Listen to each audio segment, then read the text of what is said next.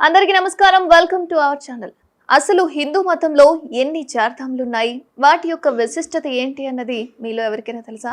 హిందూ మతానికి చెందిన ఈ ముఖ్యమైన చార్ధాములు ఉత్తరాఖండ్లోని బద్రీనాథ్, కేదార్నాథ్, గంగోత్రి, యమునోత్రిలు ఉన్నాయి. అయితే హిందూ మతంలో మాత్రం రెండు రకాల చార్ధామ్ యాత్రలు నిర్వహిస్తారు. ఒకటి బద్రీనాథ్, కేదార్నాథ్, గంగోత్రి, యమునోత్రులు. ఇంకా మరొకటి ఏంటి అంటే బద్రీనాథ్, జగన్నాథ్, రామేశ్వర్, ద్వారకాధామ్ యాత్రలు. అయితే ఈ 4 ధామ్లు చాలా పవిత్రమైనవి. మొత్తానికి ఈ ధామ్లను సందర్శించిన వ్యక్తులు అన్ని పాపాలన్నీ కూడా తొలగిపోయి చివరికి మోక్షాన్ని పొందుతారన్న నమ్మకం కూడా ఉంటుంది. మొత్తానికి అయితే హిందూ మతంలో చార్ధామ్ యాత్ర చాలా ముఖ్యమైనదిగా పరిగణించబడుతుంది. ప్రజల యొక్క విశ్వాసం ప్రకారం 4 ధామ్లను సందర్శించడం ద్వారా మోక్షాన్ని పొందుతారు. ఈ కారణంగా హిందూ మతంతో సంబంధం ఉన్న ప్రతి వ్యక్తి ఏదో ఒక సమయంలో చార్ధామ్ యాత్రను సందర్శించాలని కోరుకుంటూ ఉంటారు.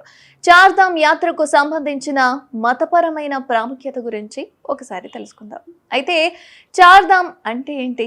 హిందూ మతానికి చెందిన ఈ ముఖ్యమైన చార్ధామ్ ఉత్తరాఖండ్లోని బద్రీనాథ్, కేదార్నాథ్, గంగోత్రి, యమునోత్రిలో ఉన్నాయి. చార్ధామ్ యాత్ర ప్రాముఖ్యత ఏంటి అంటే హిందూ మతంలో చార్ధామ్ యాత్రకు మతపరమైన ప్రాముఖ్యత అనేది ఉంటుంది. శాస్త్రాల ప్రకారం చార్ధామ్ను సందర్శించడం ద్వారా వ్యక్తి యొక్క అన్ని పాపాలు తొలగిపోతాయని నమ్ముతారు. వ్యక్తి జనన మరణ చక్రం నుంచి విముక్తి పొందుతారట.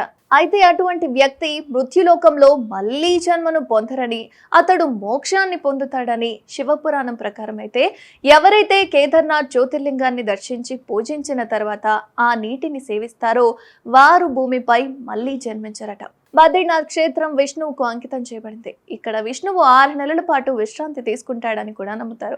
బద్రీనాథ్ను 8వ వైకుంఠంగా కూడా పిలుస్తారు. ఇక్కడ శివుడు విశ్రాంతి తీసుకుంటుంటాడని నమ్ముతూ ఉంటారు. కేదార్నాథ్ ధామ్లో 2 పర్వతాలున్నాయి. వీటిని నరా 1 అని, నారాయణుడు 1 అని పిలుస్తూ ఉంటారు. కేదార్నాథ్ ధామ్ ని సందర్శించిన తర్వాత మాత్రమే బద్రీనాథ్ క్షేత్రాన్ని సందర్శించాలన్న నియమం కూడా ఉంటుంది. ఇలా చేస్తేనే చార్ధామ్ యాత్ర ప్రయోజనం అనేది అందుకుంటారని నమ్ముతూ ఉంటారు.